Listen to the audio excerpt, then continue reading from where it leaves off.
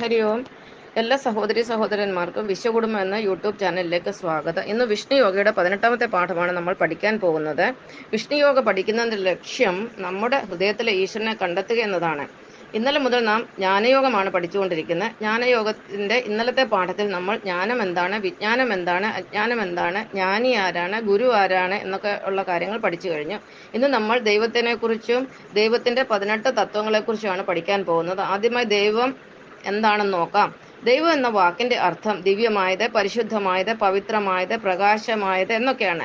ഏതൊരു വസ്തുവാണോ ദിവ്യമായും പരിശുദ്ധമായും പവിത്രമായും പ്രകാശമയമായും ഇരിക്കുന്നത് അതാണ് ദൈവം. ദൈവം എന്നത് ഒന്ന് മാത്രമേ ഉള്ളൂ. സൂര്യൻ ഒന്നേ ഉള്ളൂ, ചന്ദ്രൻ ഒന്നേ ഉള്ളൂ, ഒരു കുട്ടിക്ക് അച്ഛനും അമ്മയും ഒന്ന് മാത്രമേ ഉള്ളൂ എന്ന് പറയുന്ന പോലെ ഈ പ്രപഞ്ചത്തിന് ഒരേ ഒരു ദൈവം മാത്രമേ ഉള്ളൂ.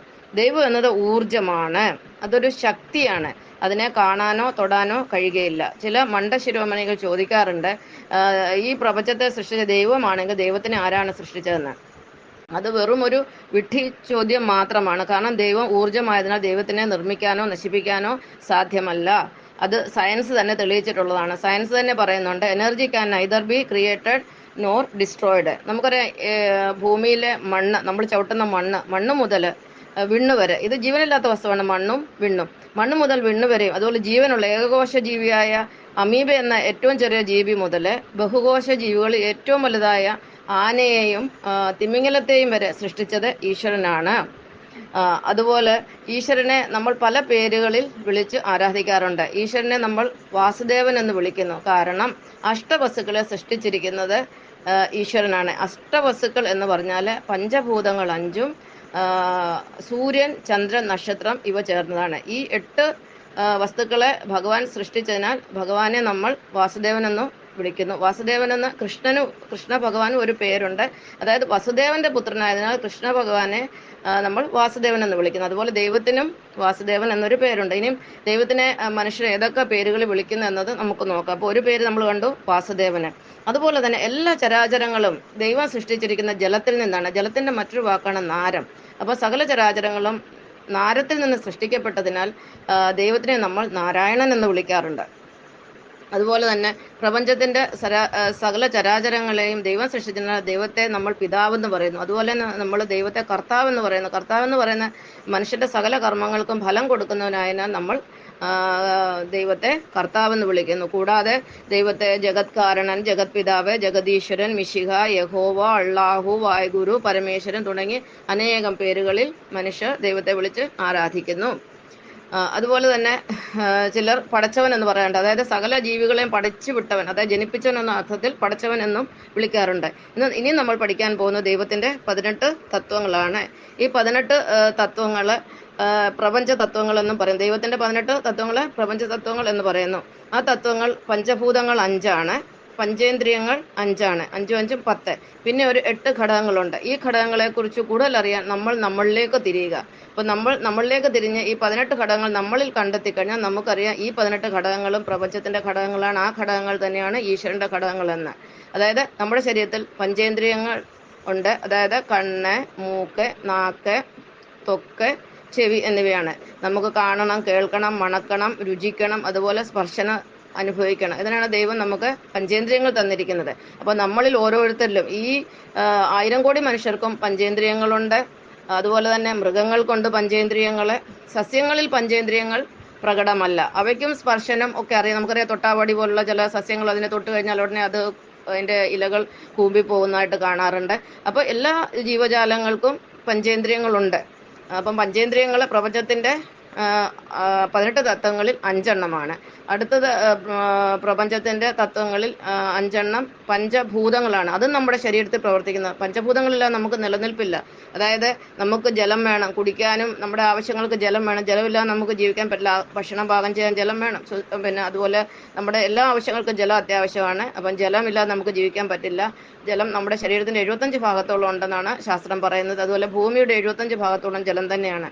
അതുപോലെ നമുക്ക് വായു വേണം. വായു ഇല്ലാതെ നമുക്ക് ജീവിക്കാൻ പറ്റില്ല. നമുക്ക് പ്രാണവായു, അത് ഓക്സിജൻ കിട്ടുന്ന വായുവിൽ നിന്നാണ്. അതുപോലെ തന്നെ അഗ്നി, നമ്മുടെ ശരീരത്തിന്റെ ചൂടെന്ന് പറയുന്നത് 37 ഡിഗ്രിയാണ്. അത് അഗ്നി ശരീരത്തിലുള്ളത് കൊണ്ടാണ് ഈശ്വരൻ ആ ഒരു ടെമ്പറേച്ചർ നമ്മുടെ ശരീരത്തെ വെച്ചിരിക്കുന്നത്. അതുപോലെ തന്നെ അഗ്നി കൊണ്ടാണ് നമ്മുടെ ശരീരത്തിലെ ഭക്ഷണം ദഹിക്കുന്നത്. നമുക്കറിയാം, നമ്മൾ വെട്ടി വിഴുങ്ങുന്ന സാധനങ്ങളൊക്കെ ഒരു മെഷീനിലിട്ട് അരയ്ക്കുന്ന പോലെ അരച്ച് ദഹിച്ചിട്ടാണ് അത് പ്രധാനപ്പെട്ട വിറ്റാമിന് എല്ലാം അതിനകത്തെ ഗുണങ്ങളെല്ലാം ശരീരം വലിച്ചെടുക്കുന്നത്, അല്ലെ രക്തത്തിലൂടെ വലിച്ചെടുക്കുന്നത്, അതുപോലെ വിസർജ്യങ്ങൾ പുറന്തള്ളപ്പെടുന്നത്. അപ്പോൾ ഇത് അഗ്നി കൊണ്ട് നമ്മുടെ ശരീരത്തിന് പ്രയോജനമുണ്ട്. അഗ്നി ഇല്ലാതെ നമുക്ക് ജീവിക്കാൻ പറ്റില്ല. പിന്നൊന്ന് ആകാശമാണ്. ആകാശം എന്ന് പറഞ്ഞാൽ ശൂന്യ സ്ഥലമാണ്. നമ്മുടെ ശരീരത്തിൽ ധാരാളം ശൂന്യ സ്ഥലങ്ങളുണ്ട്, പ്രത്യേകിച്ച് വയറ്റിലും വായിലും ഒക്കെ ശൂന്യ സ്ഥലങ്ങൾ പ്രകടമാണ്. അതുകൂടാതെ നമ്മുടെ ഓരോ കോശത്തിലും ശൂന്യ സ്ഥലങ്ങളുണ്ട്. അവയെ വാക്യൂൾ എന്നാണ് പറയുന്നത്. കോശത്തിലുള്ള വാക്യൂൾസ് അത് എന്താണ്, ശൂന്യ സ്ഥലങ്ങളാണ്.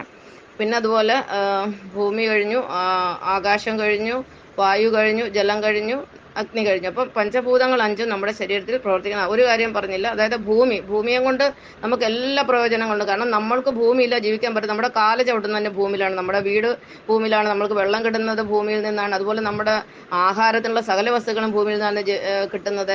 അതുപോലെ തന്നെ നമ്മൾ മരിക്കുമ്പോൾ ഉറങ്ങുന്നതും ഭൂമിയിൽ തന്നെയാണ്. അപ്പം ഭൂമിയില്ലാതെ നമുക്ക് ജീവിക്കാൻ സാധ്യമല്ല. അപ്പം പഞ്ചഭൂതങ്ങൾ അഞ്ചും നമുക്ക് വളരെ പ്രധാനപ്പെട്ടതാണ്.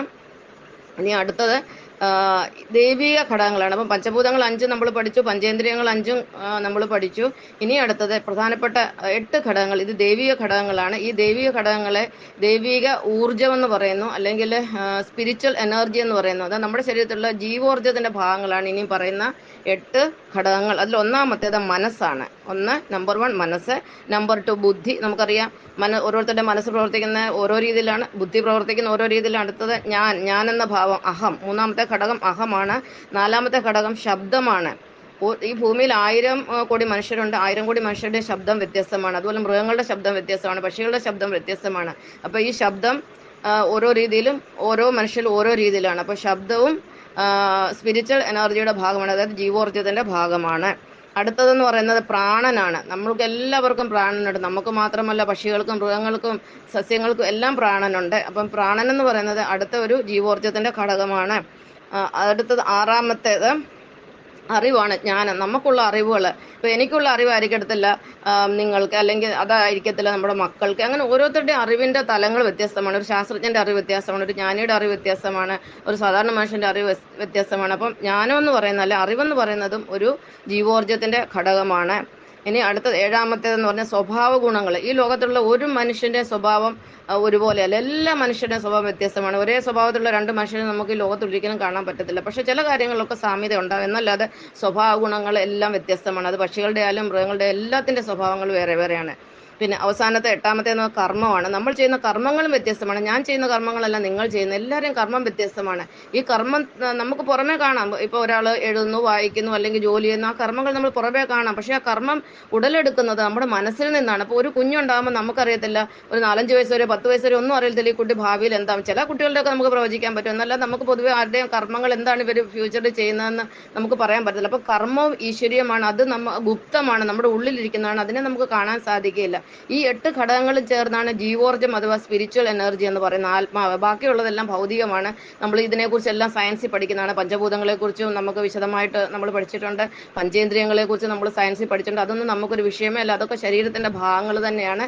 അത് പ്രപഞ്ചത്തിന്റെ ഘടകമാണ്, പ്രപഞ്ചത്തിന്റെ ഈശ്വരന്റെ ഘടകങ്ങളാണ്. പക്ഷെ ഈശ്വരനിലെ യഥാർത്ഥ ഈശ്വരൻ എന്ന് പറഞ്ഞത് ഈ 8 ഘടകങ്ങളെ ആസ്പദമാക്കിയിരിക്കുകയാണ്. ഒന്നും കൂടെ പറയാം: മനസ്സ്, ബുദ്ധി, അഹം, ശബ്ദം, അറിവ്, സ്വഭാവ ഗുണങ്ങള്, കർമ്മം, പ്രാണൻ അറിയാമല്ലോ. പ്രാണനില്ലാതെ ഒരു സെക്കൻഡ് നമുക്ക് നിൽക്കാൻ പറ്റുമോ? ലോകത്ത് നമ്മൾ ഇരിക്കുമോ പ്രാണനില്ലാതെ? അപ്പൊ ഈ 8 ഘടകങ്ങളെയാണ് ഈശ്വരൻ ആയിട്ട് നമ്മൾ കരുതപ്പെടുന്നത്. ഈ 8 ഘടകങ്ങളെയും കൂടെ ചേർത്ത് ജീവോർജം അഥവാ ജീവാത്മാവ് എന്ന് പറയുന്നത്, ഈ ജീവാത്മാവ് നമ്മുടെ ശരീരം മരിക്കുമ്പോൾ, അല്ലെങ്കിൽ ഈ ജീവാത്മാവ് എന്ന് പറയുന്ന ആ ഊർജം നമ്മളിൽ നിന്ന് വേർപെടുമ്പോൾ നമ്മൾ മരണത്തിന് കീഴടങ്ങുകയാണ് ചെയ്യുന്നത്. ഇത് എങ്ങനെ വേർപെടുന്നത് ചോദിച്ചാൽ, ഇത് ഈ 8 ഘടകങ്ങളും ചേർന്നൊരു പ്രകാശത്തിന്റെ തരിയായി, നമുക്ക് കാണാൻ കഴിയാത്ത അത്ര സൂക്ഷ്മ ഘടകമായ ഒരു പ്രകാശത്തിന്റെ കണമായിട്ടാണ് നമ്മുടെ ശരീരത്തിൽ നിന്ന് പ്രാണൻ അടങ്ങുന്ന ഈ സ്പിരിച്വൽ എനർജി അഥവാ ദൈവിക ഊർജം നമ്മളിൽ നിന്ന് വേർപെടുന്നത്. അപ്പൊ ഇന്നത്തെ ക്ലാസ്സിൽ നമ്മൾ പ്രധാനമായിട്ട് എന്താണ് പഠിച്ചത്? ദൈവം എന്താണെന്നും ദൈവം എന്ന വാക്കിന്റെ അർത്ഥം പഠിച്ചു.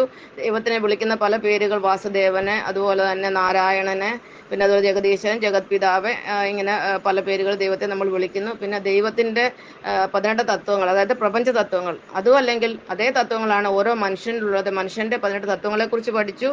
അതായത് പഞ്ചഭൂതങ്ങൾ 5, പഞ്ചേന്ദ്രിയങ്ങൾ 5, പിന്നെ ദൈവിക ഘടകങ്ങൾ അഥവാ ദൈവിക ഊർജത്തിന്റെ ഘടകങ്ങളായി 8 ഘടകങ്ങളും നമ്മൾ പഠിച്ചു കഴിഞ്ഞു.